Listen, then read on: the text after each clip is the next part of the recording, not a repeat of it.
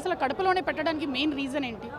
జగన్మోహన్ రెడ్డి నా అడ్డా అని అంటుండారు కదా, ఇది జగన్మోహన్ రెడ్డి అడ్డా కాదు, ఇది తెలుగుదేశం అడ్డా అని చెప్పి నిరూపించేదానికి ఇప్పుడు రాయలసీమలో హయ్యెస్ట్ మాకు సపోర్ట్ రావటం జరిగింది.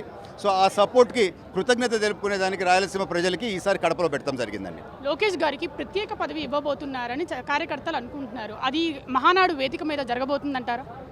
నా దృష్టికి అయితే రాలేదు, but we are all waiting for it. ఇప్పుడు లోకేష్ గారు ఆ కొత్త పదవి రావాలా, వారు ఇంకా ముందుకు రావాలా, వారి లీడర్షిప్లో పనిచేయాలా అని చెప్పి యావత్ పార్టీ వాళ్ళందరూ కూడా ఉత్సాహంతో ఉన్నారు. ఈరోజే లోకేష్ గారు ఇందాక ప్రసంగం మీరు విన్నారు, ఎటువంటి రెస్పాన్స్ ప్రజల్లో నుంచి మా కార్యకర్తల్లో నుంచి వచ్చిందో మీరందరూ చూసుండొచ్చు. So the party is ready and people మా కార్యకర్తలు are looking forward for it. YSR Kadapa నుంచి వైఎస్ఆర్ తొలగించారు. ప్రస్తుతం వైసీపీ వాళ్ళు ఆగ్రహం వ్యక్తం చేస్తున్నారు. నిన్న షర్మిల కూడా ట్వీట్ చేశారు. దీన్ని ఏమంటారు? తప్పండి, అది తప్పుడు ప్రచారం చేస్తున్నారు.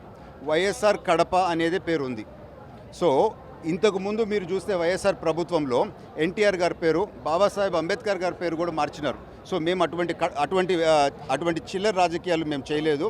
గౌరవ ముఖ్యమంత్రి గారు కడప వైఎస్ఆర్ గారి పేరు పెట్టి కడప అలా యాడ్ చేశారు. సో కేవలం వైఎస్ఆర్ జిల్లానే కాదు, వైఎస్ఆర్ కడప. సో ఆ పార్టీ పాత నాయకుడికి కూడా గౌరవం ఇస్తూ ఒక నాయకుడికి ఉండే గొప్ప లక్షణం చూపించినారు అని చెప్పి మాత్రం నేను తెలుపుకుంటున్నాను.